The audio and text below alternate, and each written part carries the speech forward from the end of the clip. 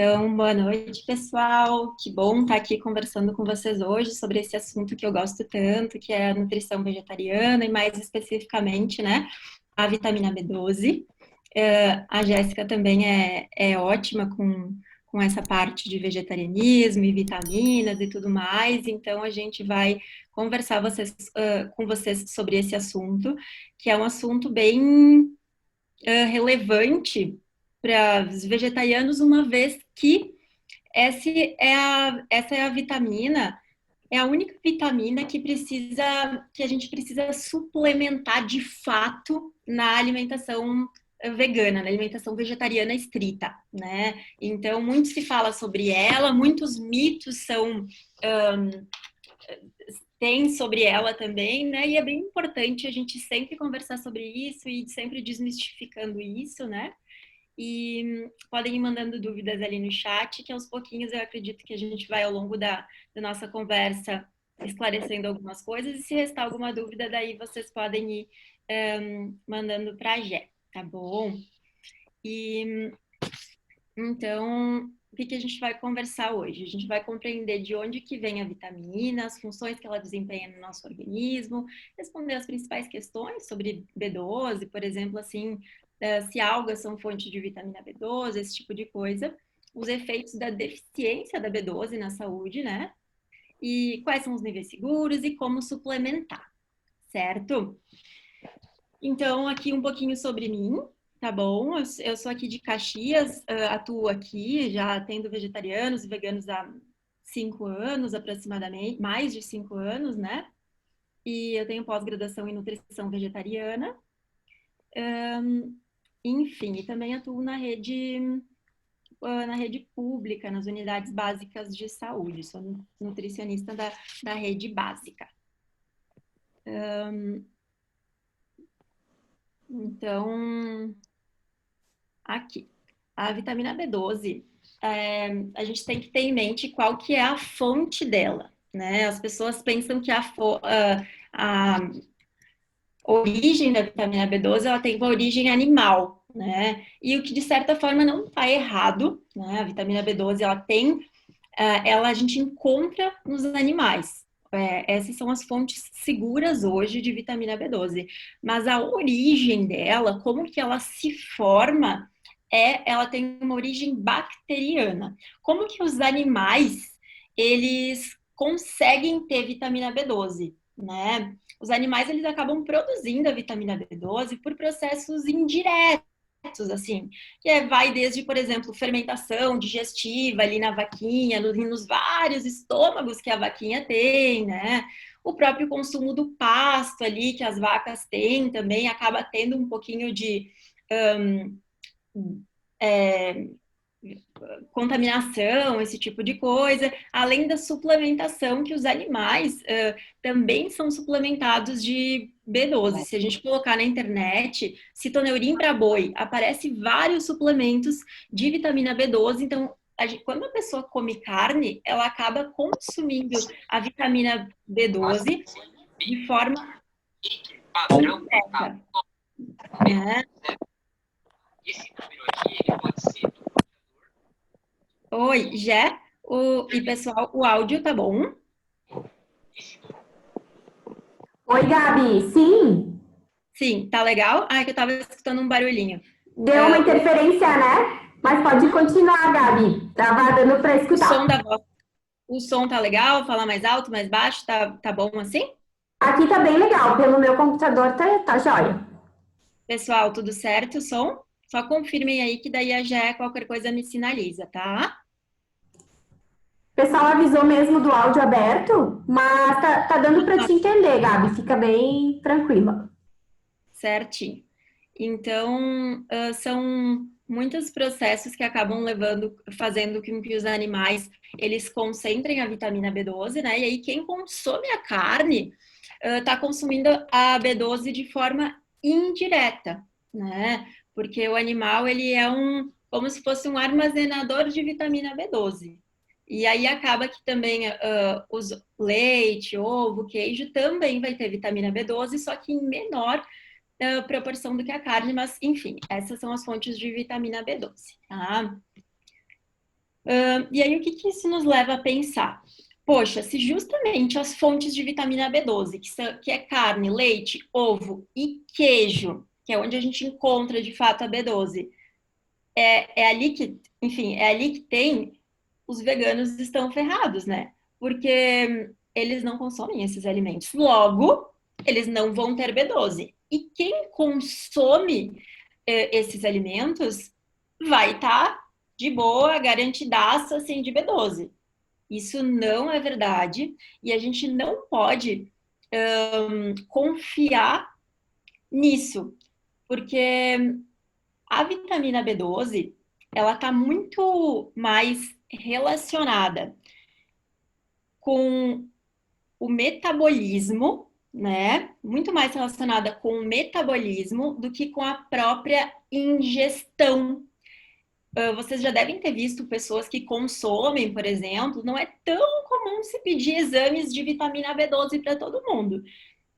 Nós, nutricionistas, vegetarianas, geralmente a gente pede para todos os pacientes, até se a gente atende paciente que não é vegetariano e vegano, a gente vai pedir vitamina B12, porque a gente sabe que a população geral tem é muito prevalente a deficiência de B12 na população como um todo.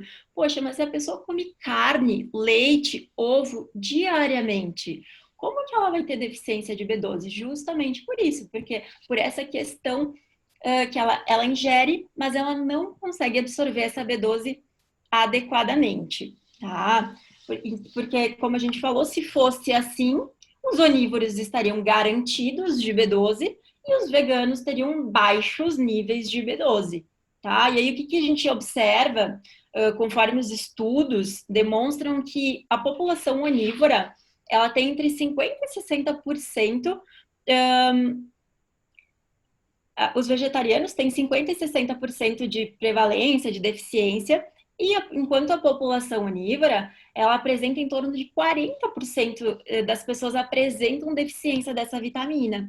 São quantidades muito próximas, né? E aí essa diferença se deve às particularidades do metabolismo da vitamina ali, tá? Então, esse é um erro, é um pensamento muito comum da pessoa que consome fonte achar que está garantida, e o vegano achar que a pessoa, enfim, a população geral achar que só os veganos, a B12 é só um problema dos veganos.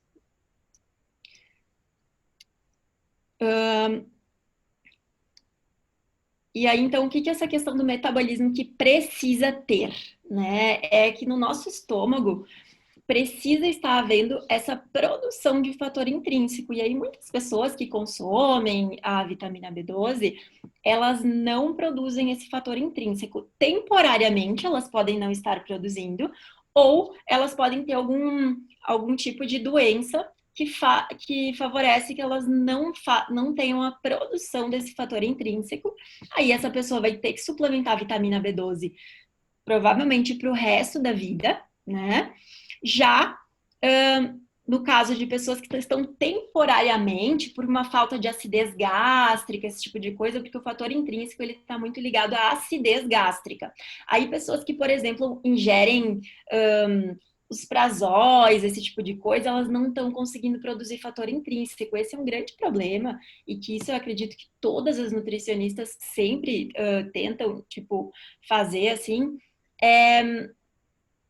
de cuidar, né, do estômago e do ponto de vista de não precisar ficar tomando esses prazóis para sempre, né? Sempre recuperar a acidez do estômago, porque se a pessoa é uma pessoa saudável, que produz esse fator intrínseco corretamente, ela precisa estar com o estômago saudável. Do contrário, essa B12 e até mesmo ferro, coisa assim, eles não serão adequadamente absorvidos, né? Ok. Pessoal, se vocês quiserem falar para a Jéssica também aí, se vocês são estudantes de nutrição, eu tinha essa curiosidade de saber para quem que está escutando. Tu sabe, Jé? Eu vou esperar o pessoal falar aí no chat. E aí a gente vai te Isso. avisando. Mas pelo que eu vi, tem alguns nomes aí de nutricionista, Ah, tem uma legal. estudante de medicina. Acho Todo que mundo que manja. vai ter um pouquinho estudante de nutrição, acho que é um pouquinho de todo mundo aí, ó. Ah, estudante de Beleza. nutrição, estudante de juiz, bastante estudante de nutrição e nutricionista, Gabi. Bastante estudante Legal, de nutrição, farmácia. nutricionista. Legal. Então é todo mundo que compreende um pouquinho também essas questões de estômago, até mesmo esse vocabulário assim um pouco mais nutricional mesmo, assim, né? Beleza. Ótimo saber. Vamos lá, então. O que são as fontes não confiáveis da vitamina B12? A gente tem que ter em mente que não existe no reino vegetal alimentos com a vitamina B12 ativa, tá?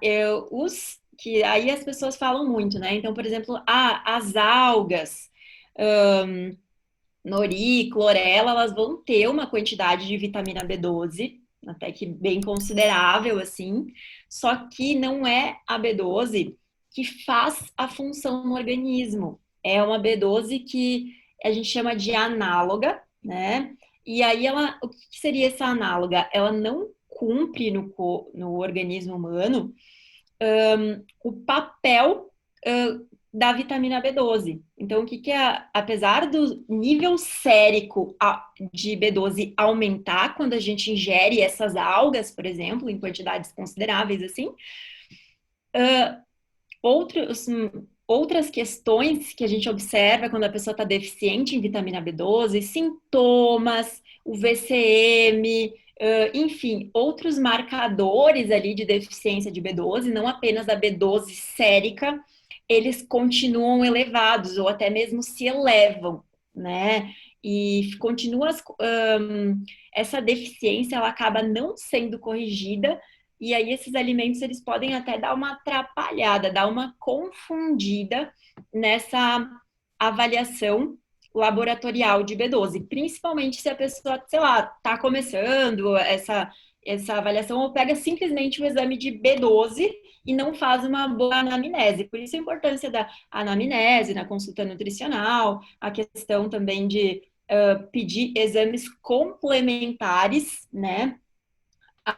Apenas a B12 sérica, e para a gente poder ter uma noção se realmente essa B12 que está sendo consumida tá fazendo a função dentro da célula e evitando daí de fato que a pessoa tenha as consequências da deficiência de vitamina B12 que a gente já vai conversar.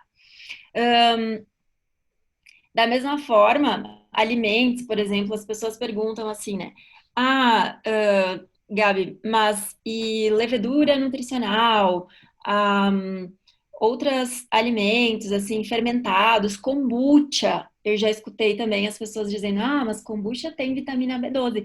E aí causa dá uma confusão muitas vezes na cabeça da pessoa, porque, poxa, se a vitamina B12, ela é oriunda, assim, de bactérias, né? Por que não poderia ter em alimentos fermentados? Na verdade, os estudos mostram exatamente isso. Eles até têm, mas é a forma análoga da B12 que ela não vai fazer o papel que a gente precisa. Então, esses alimentos, eles não são fontes confiáveis de vitamina B12. A pessoa pode consumir, mas assim, se ela gosta, por outros motivos, não pela questão de, eu vou suplementar minha dieta com levedo de cerveja porque eu vou ter B12. O levedo de cerveja é riquíssimo em vitaminas do complexo B, mas B12 na forma ativa ali ele não vai ter, né? Então isso é bem importante a gente saber. E no consultório, as nutris e nutris que atendem vegetarianos sabem, a gente tem uma parcela dos pacientes que são resistentes na suplementação de B12.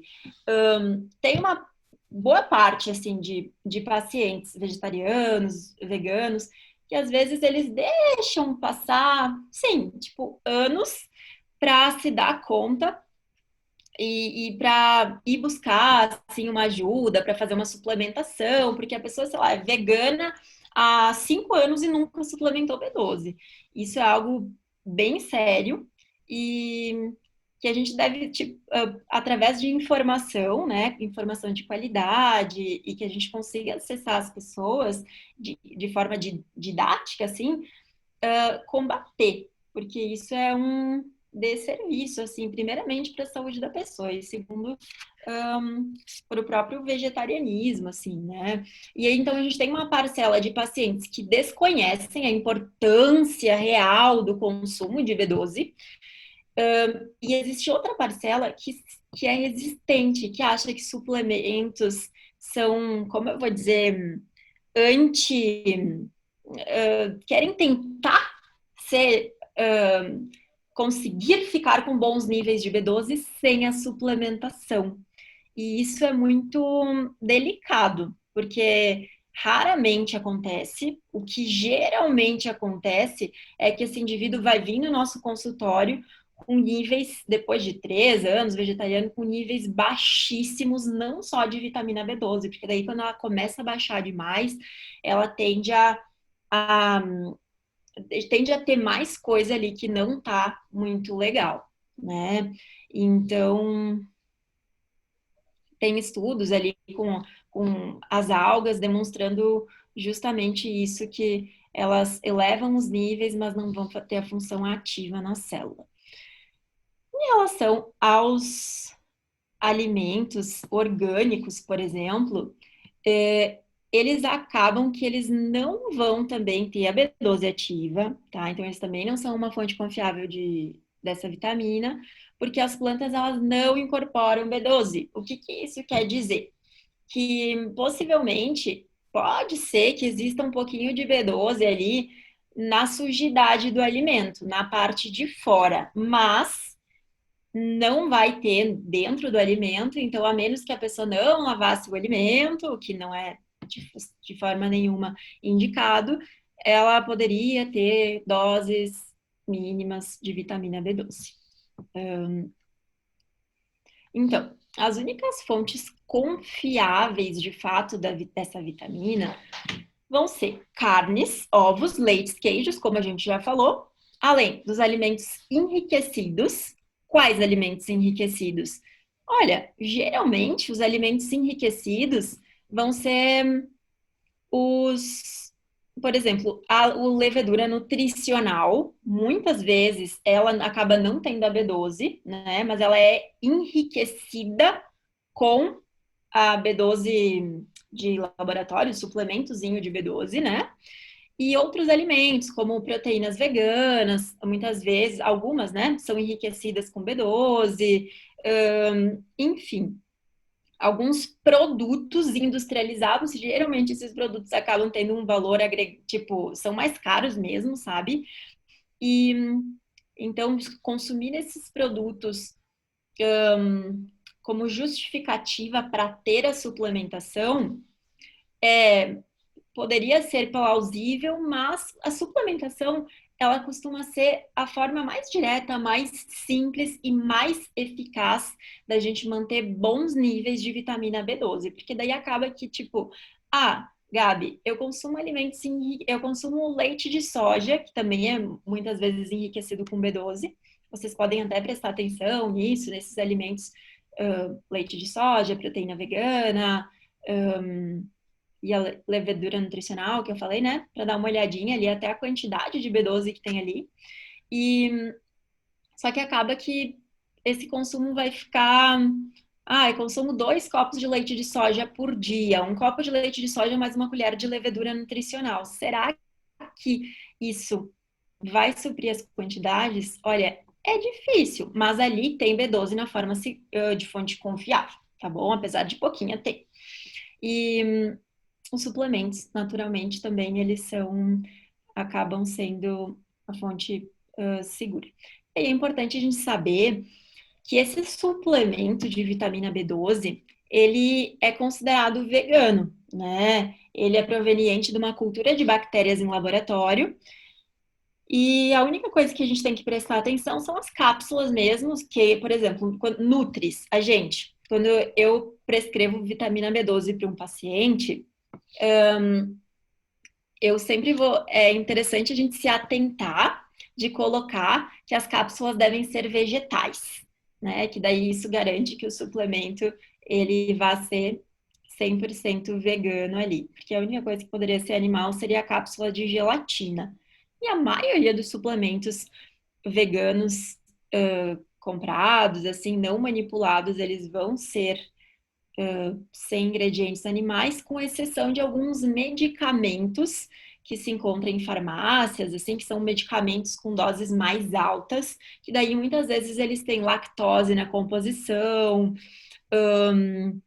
que é o caso, acho que da citoneurin, tem lactose na composição, ou glúten, e tem tem outros suplementos de B12, que um tem glúten, outro tem lactose, enfim, aí eles acabam não sendo veganos, né? Mas aí, quando a pessoa precisa desses medicamentos com altas dosagens, esse tipo de coisa,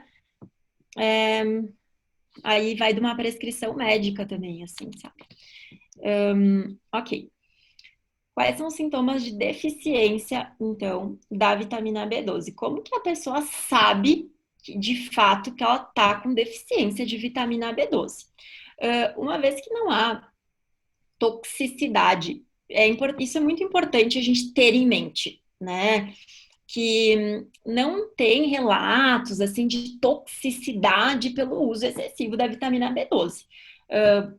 Proveniente de suplementos, alimentos enriquecidos, né? Por quê? Porque a vitamina B12, ela é uma vitamina hidrossolúvel, solúvel em água. Então, qualquer excesso vai ser eliminado pela urina e, e em relação a isso é tranquilo. Um cuidado só que a gente tem que ter é que a gente já vai conversar depois, porque que não é legal a gente ficar consumindo altas doses e nem às vezes a gente recebe em consultório, a pessoa está suplementando por conta, doses diárias há 6 meses de 5.000 microgramas de vitamina B12. Isso isso é muito arriscado, né? Então, a suplementação por conta, ela é bem delicada, né? Vale a pena, nesses casos, você fazer um investimento ali num profissional para fazer simplesmente isso, né? É a suplementação dessa vitamina e porque as consequências da gente fazer as coisas por conta de forma e ter algum problema ali podem sair mais caras do que uma consulta, né? Os sintomas iniciais, então, da deficiência de vitamina B12 são cansaço, fadiga, formigamentos, né?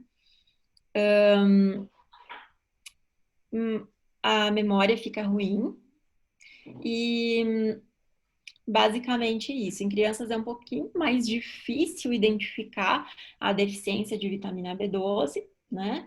Em relação a sintomas, porque não são tão claros e tudo mais, mas é basicamente isso. Um cuidado que a gente tem que se atentar é que tem pessoas que estão com a B12 baixa e elas não têm sintomas. E outra coisa delicada também é que sintoma a gente se acostuma muito fácil. Então, vamos supor que eu estou com a memória ruim. Só, eu estou com a memória ruim. E isso não vai acontecer do dia para a noite, né? Então, a gente precisa ter em mente que são coisas, a sintomatologia ela vai aumentando dia após dia. E aí, muitas vezes a gente não se dá conta que a nossa memória está muito pior e isso aconteceu ao longo de um ano e meio. Então, e tem pessoas que de fato elas estão com uma deficiência leve, assim, e não tem sintomas. E aí, essa deficiência subclínica a longo prazo pode levar a um acidente vascular cerebral, demência, uma má saúde óssea, e isso são consequências da vitamina B12, né? Mas aí, claro, negligenciada durante muito tempo, assim, e por isso que a gente tem que tomar cuidado, tá? Porque daí o que acontece? Essa deficiência a longo prazo, médio e longo prazo, ela resulta no aumento da homocisteína, que é um exame que quando a gente vai a verificar B12, a gente também costuma pedir, porque é um exame simples, barato, que a maioria dos planos de saúde fazem. E então, essa deficiência da B12, ela acaba elevando os níveis da homocisteína, que é um marcador inflamatório, e essa homocisteína aumentada, que ela vai acabar a longo prazo, né, levando a essas consequências aí mais severas, que de fato a gente não pode negligenciar. E quando aparece pacientes assim que estão negligenciando a vitamina B12 às vezes há um tempo, que não é uma parcela grande, mas é uma parcela considerável, é importante a gente esclarecer, deixar bem claro todos esses sintomas que a pessoa pode estar tendo pela deficiência da B12, que são sintomas graves, assim, e que o corpo às vezes não vai dar sinais tão claros.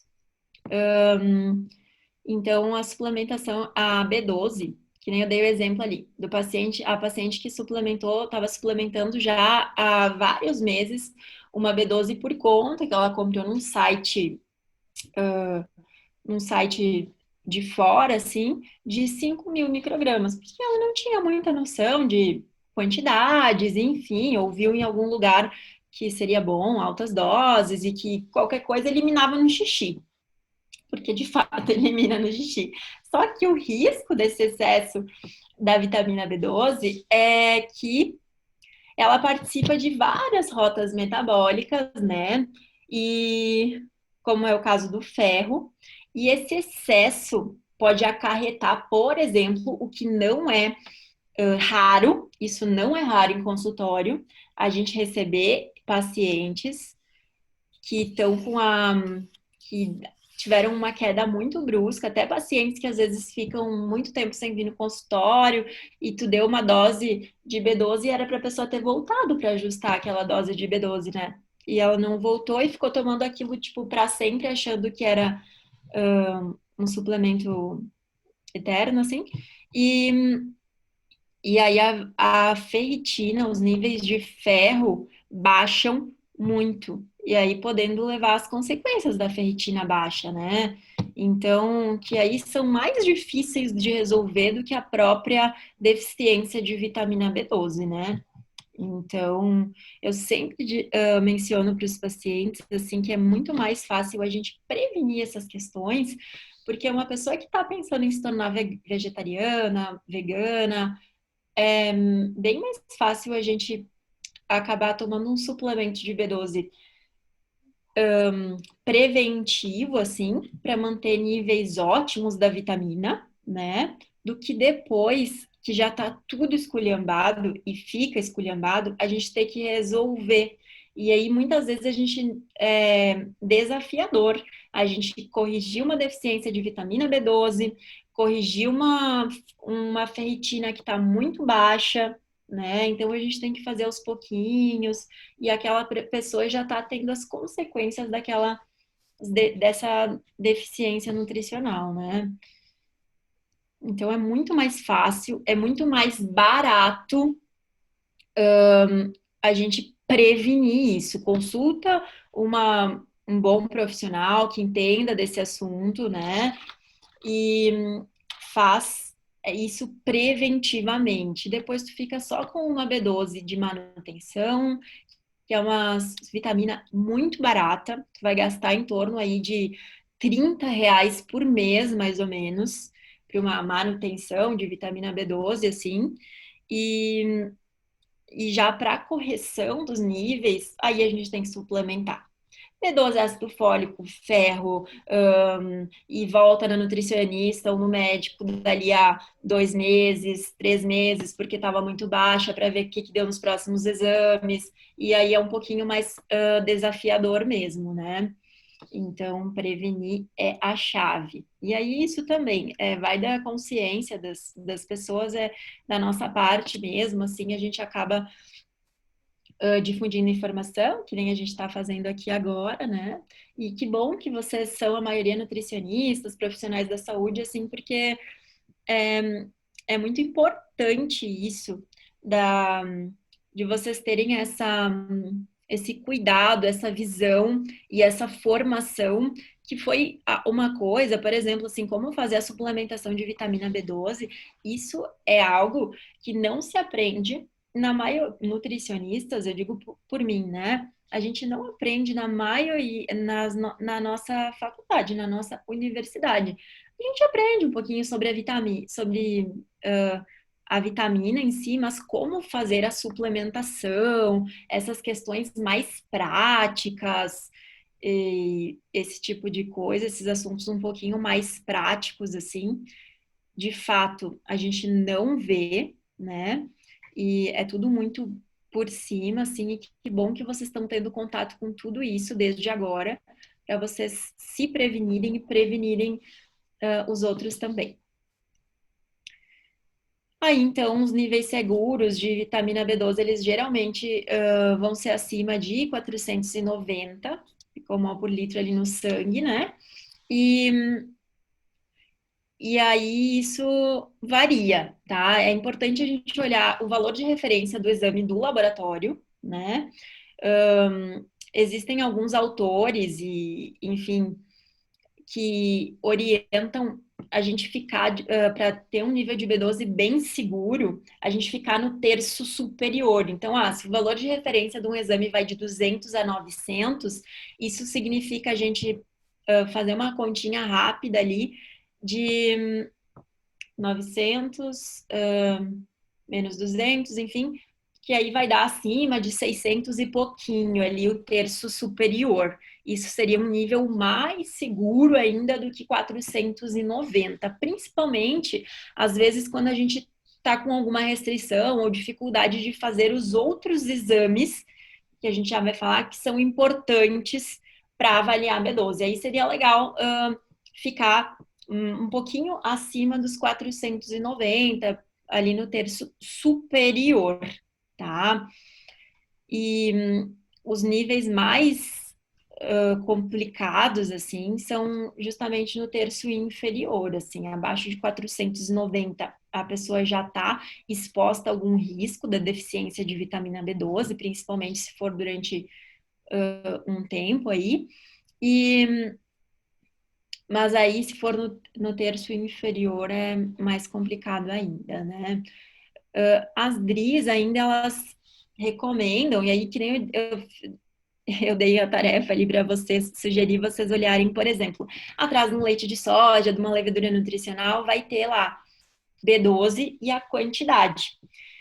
E aí vocês vão ver que essa quantidade, que geralmente é de 2,4 microgramas de B12, ela corresponde a 100% das necessidades diárias da pessoa. Nossa, que ótimo, né?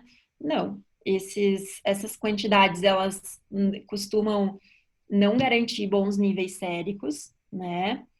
E o mais seguro é a gente dosar, ver quanto que tá, e até porque tem a questão ali que a gente falou, do fator intrínseco, né? Então, mas também é comum a gente ver as pessoas consumindo aqueles suplementos que têm apenas essa quantidade bem pequenininha, o que eu considero muitas vezes até mais prejudicial do que a pessoa não estar consumindo nada de B12, não do ponto de vista da vitamina em si, mas do ponto de vista que às vezes a pessoa está consumindo um suplemento que vem num potinho, geralmente os suplementos nacionais, que vendem em lojas de produtos naturais.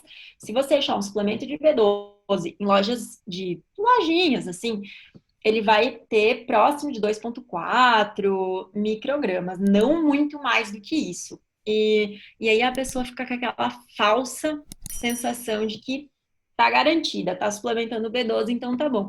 É o mesmo caso do onívoro ali que ingere fontes, mas que não tá garantido, né? Então, o ideal sempre é dosar através de um exame.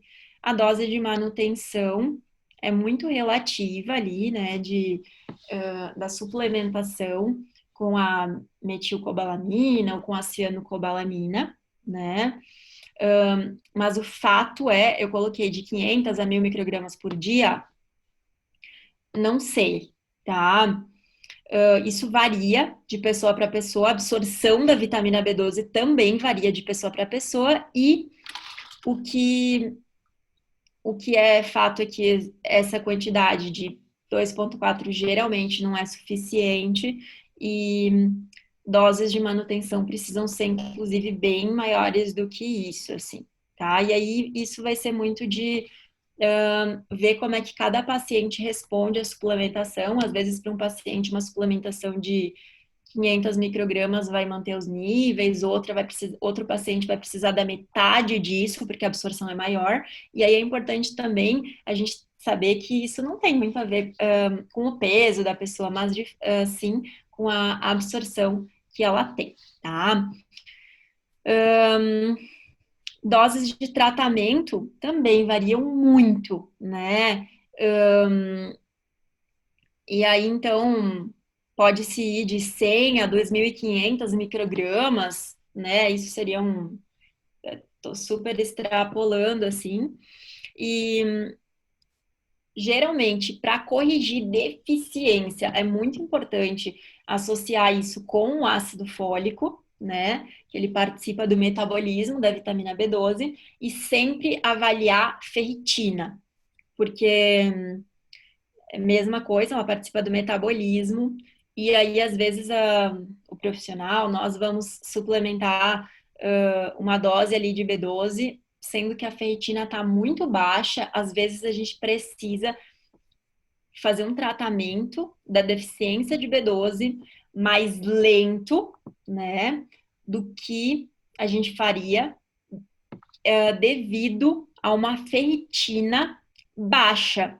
Às vezes a pessoa ainda não está anêmica, mas ela está com uma ferritina abaixo de 30, até mesmo abaixo de 50, é interessante a gente já ficar alerta e aí possivelmente fazer a suplementação quando a gente vai fazer o tratamento da B12, porque os níveis de ferro tendem a dar uma baixada quanto maior a dose da suplementação de vitamina B12. Esse é um cuidado quando a pessoa faz as injeções, né? Que aí vai ser uma recomendação do médico, coisa assim. E então, que daí os níveis de ferritina tendem a dar uma baixada importante. Por isso que é importante sempre refazer os exames, né? A cada 3, 6 meses. Isso vai depender do nível de deficiência dessa pessoa. E aí também, para as pessoas que têm aquelas dúvidas, mas quando a gente mesmo às vezes pode ficar, mas será B12? Nossa, é um nutriente importante, está deficiente em veganos, meu Deus, acho que eu não vou adotar o veganismo, porque, poxa, não vai ter uma vitamina ali importante. Isso, aí eu trouxe aqui só para a gente reforçar, eu imagino que vocês já conheçam, né, a posição da Academia de Nutrição e Dietética. Essa aqui é uma atualizada de 2016, que ela diz que dietas veganas bem planejadas, elas são eficazes no tratamento e prevenção de doenças e são apropriadas para todos os estágios da vida, né? Incluindo gravidez, lactação, infância, adolescência, idade adulta, idosos e atletas. Eu coloquei mais completo aqui, que até mesmo a Academia de Nutrição e Dietética, ela fala da questão ambiental dessas dietas, das dietas vegetarianas acabam sendo mais sustentáveis, causam menos dano ambiental, né? E a única questão que eles trazem, né, de fato, o único nutriente ali que eles destacam é que os veganos, né, precisam de fontes confiáveis de B12. E aí podem vir de alimentos fortificados ou suplemento. Isso é o que eu coloquei aqui, é o resumo completo, né? Então, por isso, muitas vezes que tem tudo em cima da B12, assim, porque ela de fato é o único nutriente que os veganos precisam suplementar, né? Então, muitas vezes se faz até mesmo terrorismo, assim, em cima dessa vitamina, que ela é muito simples, que todo mundo deveria suplementar, né? Várias outras organizações também internacionais, elas afirmam que tem parecer favorável ao vegetarianismo e afirmam que profissionais da nutrição têm o dever de incentivar aqueles que expressam a intenção de se tornar vegetarianos. E pela questão dos benefícios nutricionais da dieta vegetariana. Então, se a gente faz a suplementação de B12 direitinho e tem uma alimentação vegetariana estrita, por exemplo, balanceada, como todas as dietas devem ser, a gente tem vantagens nutricionais sobre os onívoros, tá? E aí os exames que eu costumo pedir para o paciente vegetariano, exceto os de glicemia, esses aí que geralmente peço também, mas aqui mais exames de vitaminas, coisas assim, esses são os básicos, né? E aí esses 5 primeiros são os relacionados, ou vai ser os que serão importantes para avaliar a vitamina B12.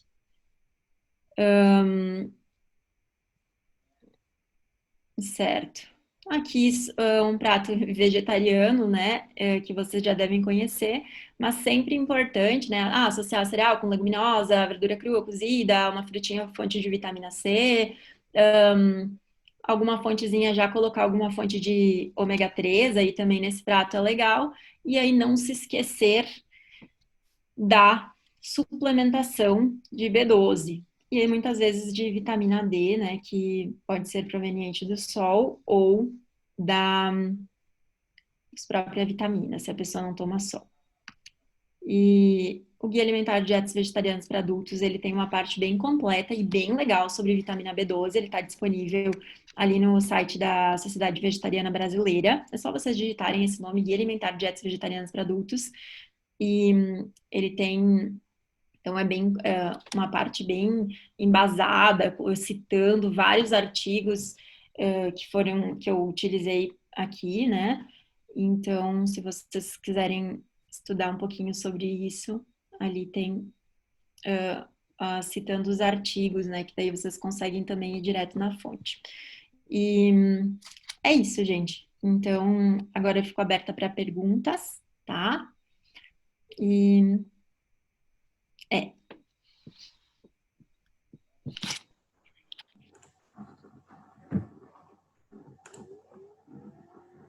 Gabi, tá me escutando? Sim.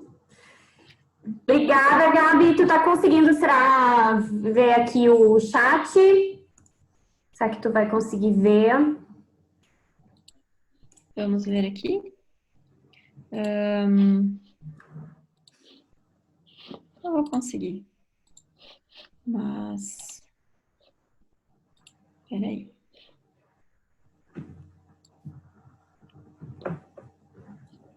Será que tirando a apresentação? Uhum. Eu tirei da apresentação, né? Tá. O chat tá bate-papo, né? Isso, aham. E tu quer fazer alguma pergunta já? Eu quero te agradecer, Gabi. Eu vou te deixar aí com a câmera. Quero te agradecer, Gabi, por doar teu tempo pra gente, para explicar um pouquinho para essa vitamina. Eu particularmente amo a vitamina B12, eu acho que ela é uma vitamina tão importante, né? E que ela começou a ser mais vista depois que a gente começou a disseminar mais o vegetarianismo e acabou descobrindo também que é uma vitamina que tem uma relevância, né, também no organismo e científica, e que a gente consegue também entender que não é só vegetarianos também que podem ter deficiência, né? Então, ela é incrivelmente importante também para a prevenção de doença cardiovascular, para sistema neurológico, saúde do sistema neurológico, produção de células do sangue, para DNA. Então, é uma vitamina tão incrível. E por mais que a gente fale muito, né, sempre é um assunto que as pessoas têm muita dúvida, curiosidade, porque por mais que se tenha muita informação na internet, também tem muita desinformação, né, que acaba às vezes confundindo as pessoas que querem buscar, então, uma informação mais legítima, né? E aí a gente está sempre correndo atrás de fazer uma boa explicação, de tentar corrigir essa vitamina, né? Tu tá conseguindo ver o chat aí, Gabi? Sim, tô conseguindo ver. Então tá. Então tá. Eu acho que teve algumas perguntinhas aí, Gabi. Fica bem à vontade para escolher, né? Sim. E então tem uma pergunta aqui que é a Érica Alain e Isabel perguntaram se os valores de referência são válidos para crianças também. E o valor de acima de 490, sim, né, Jé? Eu utilizo os mesmos parâmetros para criança também, Gabi. Eu atendo muita criança, né, Gabi? E eu sigo os mesmos padrões, sempre tento deixar acima de níveis bem seguros, né? Eu acho que isso faz toda a diferença para um crescimento, a parte psíquica, né, das crianças. Então, sim, né, com certeza, né, Gabi? A gente deixa sempre alto os valores. Isso aí.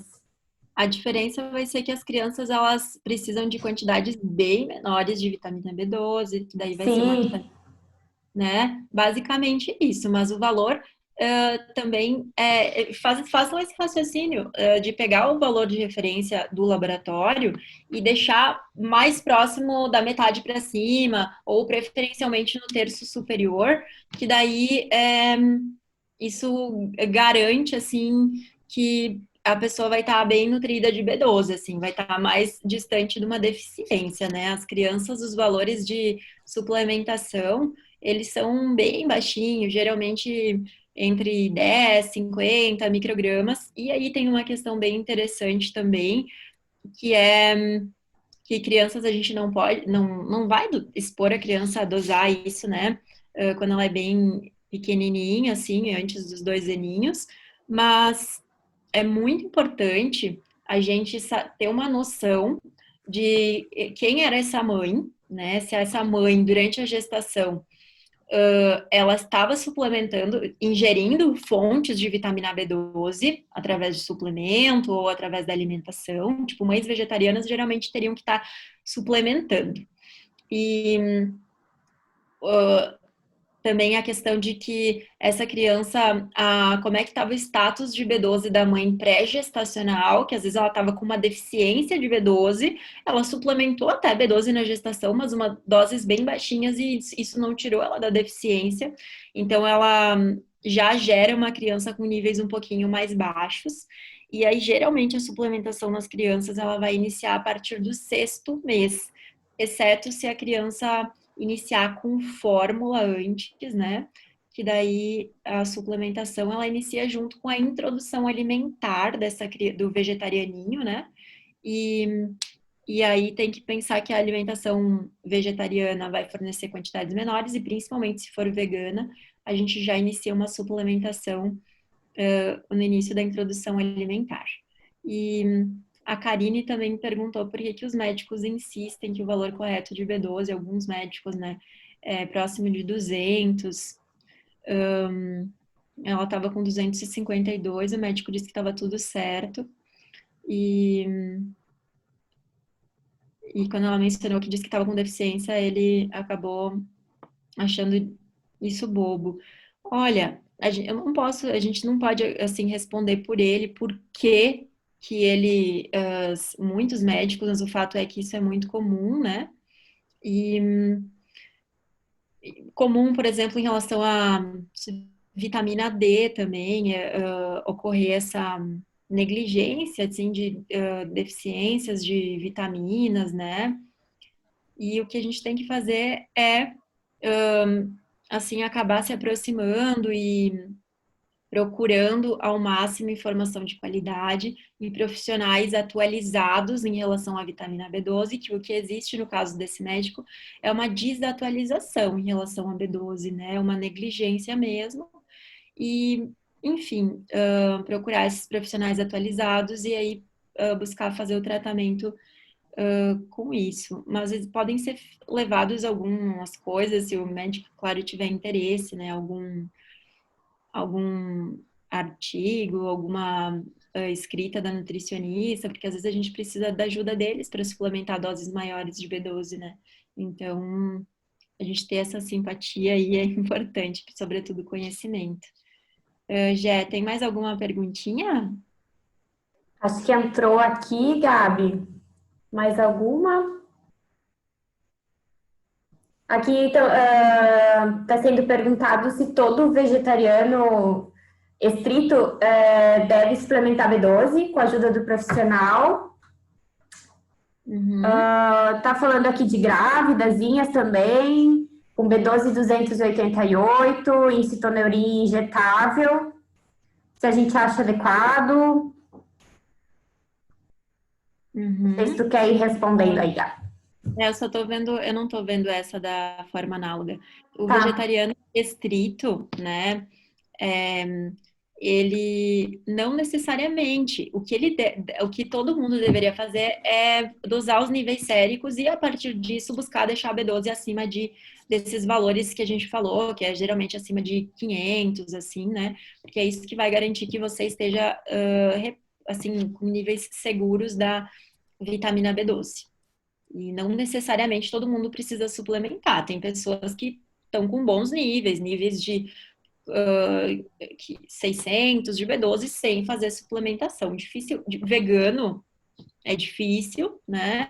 Vegetariano pode até ser, mas de qualquer forma é interessante fazer essa dosagem. E onívoro, que tenha uma boa absorção ali, também pode ser que encontre. Então, nem todas as pessoas precisam suplementar, mas geralmente vegetarianos, sim. Essa outra pergunta já, não sei se você talvez quer responder. Está lendo ela? Aqui, a Gisele perguntou que ela disse que ela está grávida de 37 semanas com uma B12 de 288. E, pelo que entendi, então, ela está suplementando citoneurin injetável de 1.000 por semana, se a gente acha adequado. Gisele, não é uma dose ruim, mas também não posso dizer se está adequado ou não, porque a gente não sabe ter o conjunto de exames, enfim. Mas a injetável costuma ser bem segura, não necessariamente teria que ser injetável, né? Mas se vocês ficarem observando os exames sempre, né? Tu vai ter que fazer os exames bem sequente e ver que está aumentando os níveis usando 1.000 por semana. Aí vocês devem continuar. Se daqui a pouco o próximo exame, a B12, não tiver ainda adequado, eu sugeriria aumentar essa dose ou trocar, né? Para não ficar fazendo tantas injeções, trocar a injeção pela vitamina oral, né? Que eu acho que é mais fácil, né? Porque é bem isso, Jé. Porque a injeção, ela costuma subir os níveis, né, de forma rápida, mas ela não mantém esses níveis. Sim. E aí, então, é muito importante a gente partir, né, principalmente se você é vegetariana, vegana, né, que daí você não vai ter outras fontes seguras de B12, você não ficar apenas com a injetável. Agora foi feita injetável, né, por uma orientação, esperamos que isso suba, mas assim, tu precisa também para depois partir para uma B12 oral, que é o que vai te favorecer com que você consiga manter níveis mais seguros de vitamina B12. E que bom que tu tá suplementando, que tu dosou e tudo mais, porque isso é muito importante na gravidez. A B12 ela é tão importante praticamente quanto o ácido fólico, e muitas vezes ela é negligenciada. Tem mais uma perguntinha aqui, deixa eu ver. Em relação ao fator intrínseco.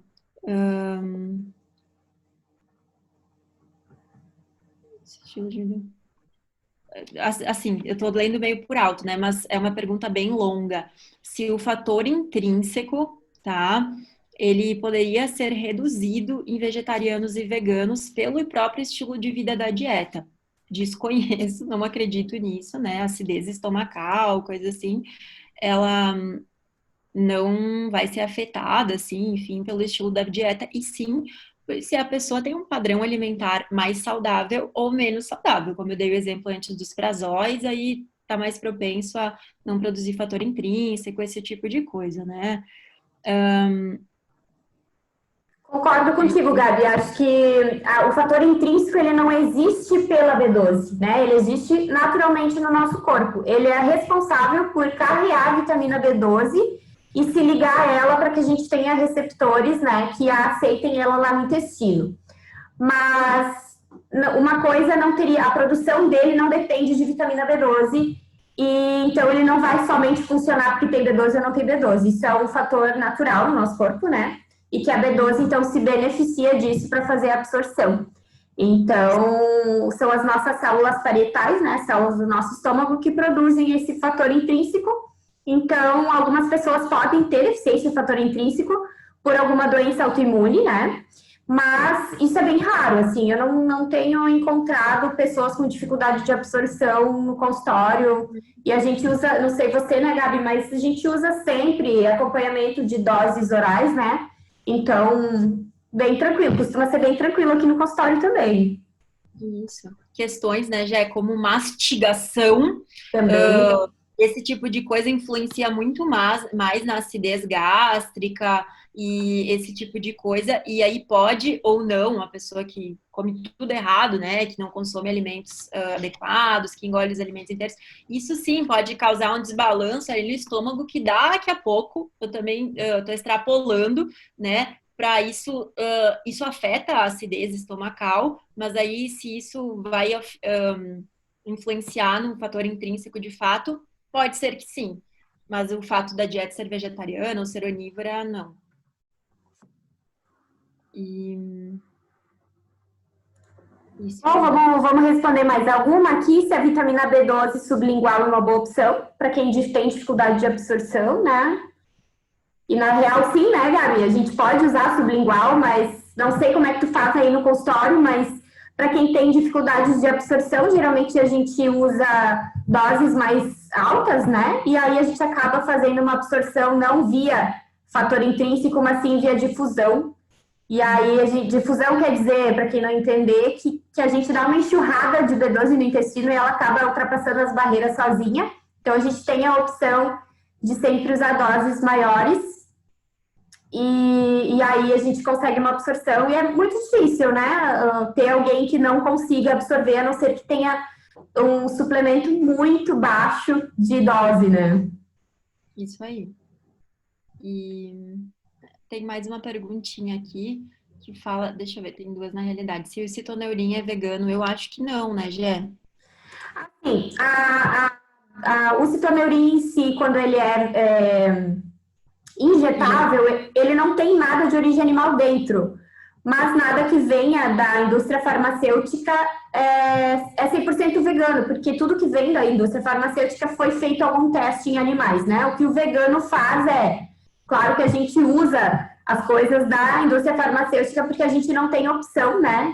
Porque o veganismo é dentro do possível, do praticável, num mundo não vegano, né? Então, a gente sim usaria, se fosse uma prescrição, né, Gabi?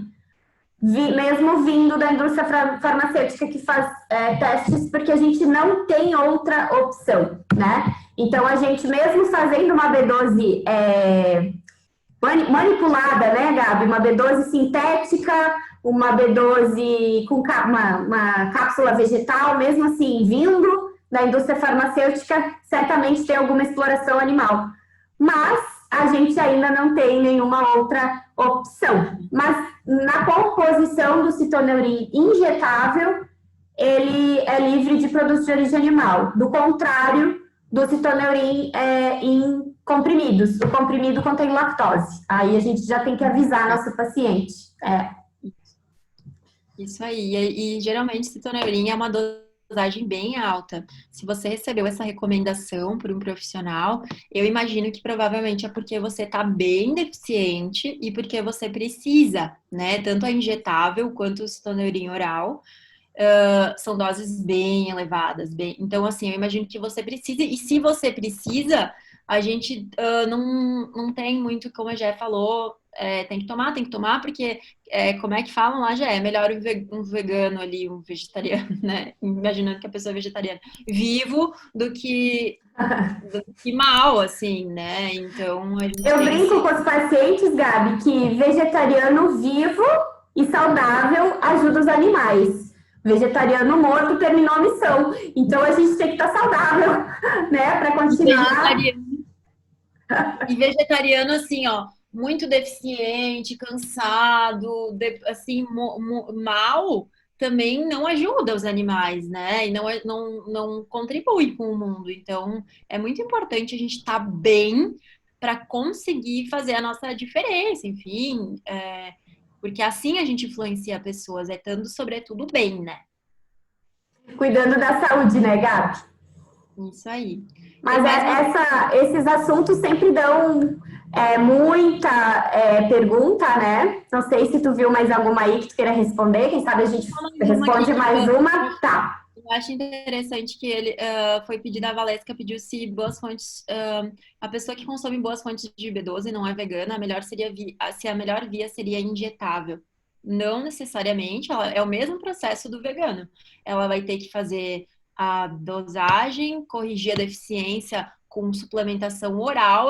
A suplementação oral se mostra tão boa quanto a suplementação injetável, só que às vezes a injetável sobe mais rápido os níveis, e aí a diferença vai ser se essa pessoa produz fator intrínseco ou não, que às vezes a gente não tem como descobrir assim, mas seria legal depois ela ir fazendo exames para ver se através da ingestão dela, da ingestão de, sei lá, produtos de origem animal, ela vai conseguir manter esses níveis acima de 490, ou se ela vai precisar ficar suplementando sempre, que talvez seja o caso também, mas não necessariamente tem que ser injetável. Isso aí, Gabi. Eu acho que a gente respondeu bastante perguntas. Só para o pessoal que escreveu ali antes, se vai ter o acesso aos slides, essa apresentação aqui vai ficar no YouTube do Pra Ti Ensino, tá? Nos próximos dias vai ser carregado lá. Então, quem quiser assistir de novo, pode depois ir escutar a palestra da Gabi lá no YouTube do Pra Ti Ensino, tá? O Pra Ti Ensino também tá com uma super pós-graduação agora em nutrição vegetariana e plant-based. A gente está já com as inscrições abertas, então a partir de março a gente vai ter uma super pós-graduação novinha em folha sobre nutrição vegetariana, e amém que esse assunto cresça muito e que atualize muitos e muitos profissionais, né? Tomara, é o que o nosso mundo precisa. Exatamente. Menos dessas coisas ali de fui no nutricionista, fui no médico e ele disse que estava bom o meu exame quando não estava. Pessoal, muito obrigada por quem assistiu aqui com a gente, tá? Se precisarem tirar mais alguma dúvida, com certeza eu e a Gabi a gente fica à disposição.